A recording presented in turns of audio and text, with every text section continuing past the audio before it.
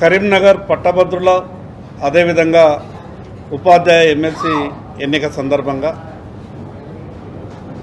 ప్రచార నిమిత్తం అదేవిధంగా వర్క్షాప్ ఈరోజు మంచిర్యాలలో జరగడం, ఈ రాష్ట్రంలో జరుగుతున్నటువంటి 3 ఎమ్మెల్సీ ఎన్నికలకు ఇప్పటికే కాంగ్రెస్ ప్రభుత్వానికి కాంగ్రెస్ పార్టీకి ప్రాథమికంగా వాళ్ళు చేయించుకున్నటువంటి ఒక సర్వే ప్రకారం భారతీయ జనతా పార్టీ గెలవబోతున్నదని ఇప్పటికే వాళ్లకు సంకేతాలు వచ్చినాయి.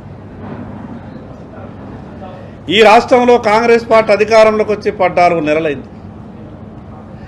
ఎన్నికల సమయంలో ఇచ్చినటువంటి ఉపాధ్యాయ సోదరుల గురించి ఇచ్చినటువంటి హామీలు కానీ, పట్టభద్రుల విషయంలో కానీ ఎన్నికల సమయంలో ఇచ్చినటువంటి ఏ ఒక్క హామీని కాంగ్రెస్ పార్టీ నిలబెట్టుకోక ఈరోజు వాళ్ళు గొప్పగా మాట్లాడేటటువంటి ప్రయత్నం చేస్తున్నారు. ఎమ్మెల్సీ ఎన్నికలో కాంగ్రెస్ పార్టీకి అవకాశం ఇవ్వాలని ఈరోజు కాంగ్రెస్ పార్టీ అభ్యర్థిస్తున్నాం. ఈ సందర్భంగా ఈ సమాజంలో మేధావులైనటువంటి పట్టభద్రులు, ఉపాధ్యాయులు కాంగ్రెస్ పార్టీ చేసినటువంటి మోసాల గురించి ఇటు పట్టభద్రులకు కానీ అదేవిధంగా ఉపాధ్యాయ సోదరులకు కానీ కాంగ్రెస్ పార్టీ ఏ రకంగా మోసం చేసిందో తెలుసు. ఈరోజు కాంగ్రెస్ పార్టీ అభ్యర్థికి అవకాశం ఇస్తే ఈ కాంగ్రెస్ ప్రభుత్వాన్ని శాసన మండలిలో ప్రశ్నించేటటువంటి దమ్ము ధైర్యం ఆ అభ్యర్థికి ఉంటుందా?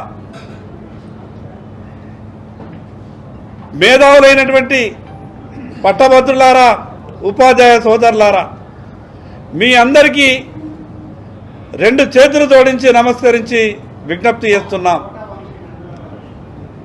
భారతీయ జనతా పార్టీ అభ్యర్థులైనటువంటి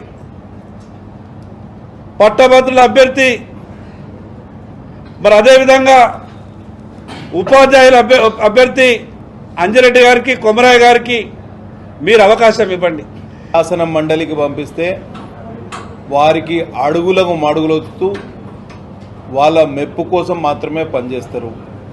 అదే భారతీయ జనతా పార్టీ అభ్యర్థులను గెలిపిస్తే శాసన మండలిలో ప్రశ్నించే గొంతుకలు అవుతారు. ఇవాళ అంజిరెడ్డి గారు సీనియర్ భారతీయ జనతా పార్టీ నాయకులు, సేవానిరతి గల వ్యక్తులు. ఇట్లాంటి వాళ్ళు శాసన మండలికి పోతే భారతీయ జనతా పార్టీకే కాదు శాసన మండలికి వన తెచ్చిన వాళ్ళం అవుతాం. కాబట్టి తప్పకుండా ఇవాళ మాకు శాసన మండలిలో భారతీయ జనతా పార్టీకి ఒక్క సభ్యులు మాత్రమే ఉన్నారు, ఏవిఎన్ రెడ్డి గారు. వారొక్కరు 40 సార్లు అసెంబ్లీలో మాట్లాడి వివిధ సమస్యల మీద పెద్ద ఎత్తున పోరాటం చేస్తున్నారు. వారికి ఇంకా బలం చేకూర్చాలంటే ప్రతిపక్షానికి మీరు అవకాశం ఇవ్వాలి. చదువుకున్న వాళ్ళు, గ్రాడ్యుయేట్లు, అటువైపు ఉపాధ్యాయులు, మీరు కూడా చదువుకున్న వాళ్ళు, మీరు ఆలోచన పరు. మొత్తం మేధావి వర్గం ఉత్తర తెలంగాణలో ఓట్లు వేస్తోంది.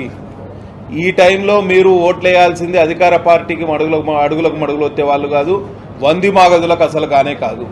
మీరు వేయాల్సింది ప్రతిపక్షాన్ని పరిపుష్టం చేయాల్సిన అవసరం ఉన్నది, ప్రజాస్వామ్యాన్ని పరిరక్షించాల్సిన అవసరం ఉన్నది.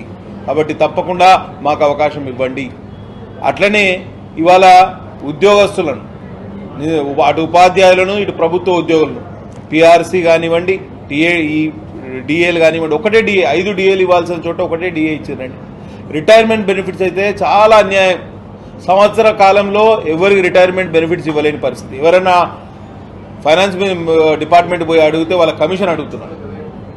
ఇవాళ ఎవరైనా మెడికల్ ట్రీట్మెంట్ చేయించుకునే పరిస్థితి కూడా లేదు. ఇవాళ చాలామంది ఇవాళ కిడ్నీ పేషెంట్లు ఉన్నారు, డయాలసిస్ చేసుకోవాల్సిన పేషెంట్స్ కూడా ఉన్నారు. కాబట్టి కిడ్నీ మార్పిడి చికిత్స కోసం వెయిట్ చేస్తున్నారు. వాళ్ళకు రూపాయి వచ్చే పరిస్థితి లేదు. ఎంప్లాయీ హెల్త్ కాంగ్రెస్ ప్రభుత్వము 420 ప్రభుత్వం ఎన్నికల సమయంలో అనేక హామీలు ఇచ్చారు, ప్రజలను మోసం చేశారు. మోసం చేసి ఇవాళ అధికారంలోకి వచ్చారు. 14 నెలలు అయింది ఇవాళ అధికారంలోకి వచ్చి. ఎన్నికల సమయంలో ఇచ్చిన హామీలు నెరవేర్చుట్ల పూర్తిగా విఫలమైంది. ఇవాళ ప్రజలందరూ కూడా ఏదైతే ఢిల్లీలో ఆమ్ ఆద్మీ పార్టీకి పట్టిన గతి తొందరలోనే తెలంగాణలో కాంగ్రెస్ పార్టీకి కూడా అదే గతి పడుతుంది. తొందరలోనే మనం చూసినాం, లోక్సభ ఎన్నికలతో పాటు ఒరిస్సాలో ఎన్నికలు జరిగినాయి, తర్వాత హర్యానాలో ఎన్నికలు జరిగినాయి, మహారాష్ట్రలో ఎన్నికలు జరిగినాయి, మొన్న ఢిల్లీలో ఎన్నికలు జరిగినాయి. ఈ 4 ఎన్నికలలో కూడా బీజేపీ పార్టీ భారీ మెజారిటీ తోటి ఊహించని విధానంగా, అంటే బీజేపీ వైపు ప్రజలు చూస్తారు, నరేంద్ర మోదీ గారి నాయకత్వం వైపు ప్రజలు చూస్తారు. భారీ మెజారిటీ తోటి బీజేపీ ఈ 4 రాష్ట్రాలలో గెలిచింది. నెక్స్ట్ ఖచ్చితంగా బీజేపీ తెలంగాణలో కూడా అధికారంలోకి రాబోతుంది. రాబోయే ఎన్నికలు ముఖ్యంగా నేను అందరినీ కోరేది ఒకటే, ఎమ్మెల్సీ ఎన్నికలు ఈ నెల 27వ తేదీ నాడు ఎమ్మెల్సీ ఎన్నికలు ఉన్నాయి. ఈ ప్రభుత్వం అన్ని వర్గాలను మోసం చేసింది. రైతులకు రుణమాఫీ ఇంకా చక్కగా కాలేదు.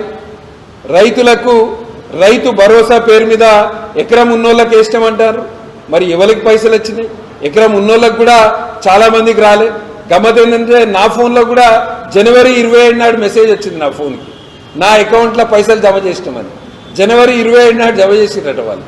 మరి ఇప్పటివరకు నా ఖాతాలో పైసలు జమ కాలే. ఇట్లా రైతులను మోసం చేసిర్రు. సన్నపట్లకు 500 రూపాయలు ఇస్తామని చెప్పారు. ఎక్కడ పోయినాయి సన్నపట్లకు 500 రూపాయలు?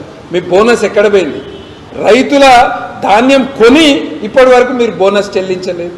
ఇట్లా రైతులను, కౌలు రైతులను, కూలీ రైతులను మోసం చేశారు, అన్ని వర్గాలను.